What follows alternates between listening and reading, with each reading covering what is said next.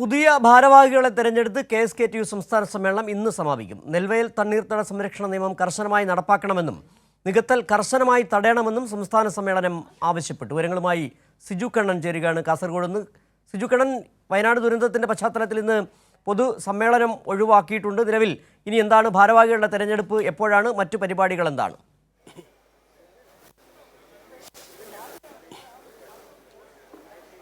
സിജു, 3 ദിവസമായി കാസർഗോഡ് കൊടക്കാട് നടക്കുന്ന KSKTUവിന്റെ സംസ്ഥാന സമ്മേളനം അതിന്റെ അവസാന മണിക്കൂറുകളിലേക്ക് കിടക്കുകയാണ്. അവസാന നടപടിക്രമങ്ങളിലേക്ക് കിടക്കുകയാണ്. ഇനി നടക്കാനുള്ളത് സംസ്ഥാന കമ്മിറ്റിയുടെയും പുതിയ ഭാരവാഹികളുടെയും തിരഞ്ഞെടുപ്പാണ്. 2:30 പുതിയ ഭാരവാഹികളെയും സംസ്ഥാന കമ്മിറ്റിയെയും തിരഞ്ഞെടുക്കുമെന്നാണ് മനസ്സിലാക്കുന്നത്. ഇപ്പോൾ വിവിധ സംഘടനാ നേതാക്കൾ സമ്മേളനത്തെ അഭിവാദ്യം ചെയ്ത് സംസാരിച്ചു. അതോടൊപ്പം തന്നെ വിവിധ സംസ്ഥാനങ്ങളിൽ നിന്നെത്തിയ കർഷക തൊഴിലാളി സംഘടനാ നേതാക്കൾ ഈ സമ്മേളനത്തെ അഭിവാദ്യം ചെയ്ത് സംസാരിച്ചു. ആദ്യ ദിവസം സംസ്ഥാന സെക്രട്ടറി N അവതരിപ്പിച്ച പ്രവർത്തന റിപ്പോർട്ടിന്മേൽ കഴിഞ്ഞ ദിവസം ഗ്രൂപ്പ് ചർച്ച നടന്നിരുന്നു. അതോടൊപ്പം പൊതുചർച്ചയും പൂർത്തിയാക്കി. ആ ചർച്ചയ്ക്കുള്ള മറുപടിയാണ് ഇപ്പോൾ നൽകിക്കൊണ്ടിരിക്കുന്നത്. അതിനുശേഷമാണ് ഏറ്റവും അവസാനത്തെ നടപടിക്രമമായ ഭാരവാഹികളുടെയും സംസ്ഥാന കമ്മിറ്റിയുടെയും തെരഞ്ഞെടുപ്പ് നടക്കാൻ പോകുന്നത്. വളരെ പ്രധാനപ്പെട്ട പ്രമേയങ്ങൾ ഈ സമ്മേളനം പാസാക്കിയിട്ടുണ്ട്. നെൽവയൽ തണ്ണീർത്തട സംരക്ഷണ നിയമം കർശനമായി നടപ്പാക്കണമെന്നും നെൽവയൽ നികത്തൽ കർശനമായി തടയണമെന്നും പ്രമേയത്തിലൂടെ സമ്മേളനം ആവശ്യപ്പെട്ടു. മതനിരപേക്ഷതയ്ക്കും മനുഷ്യ സാഹോദര്യത്തിനും വേണ്ടിയുള്ള പോരാട്ടത്തിൽ മുഴുവൻ ജനാധിപത്യ വിശ്വാസികളും.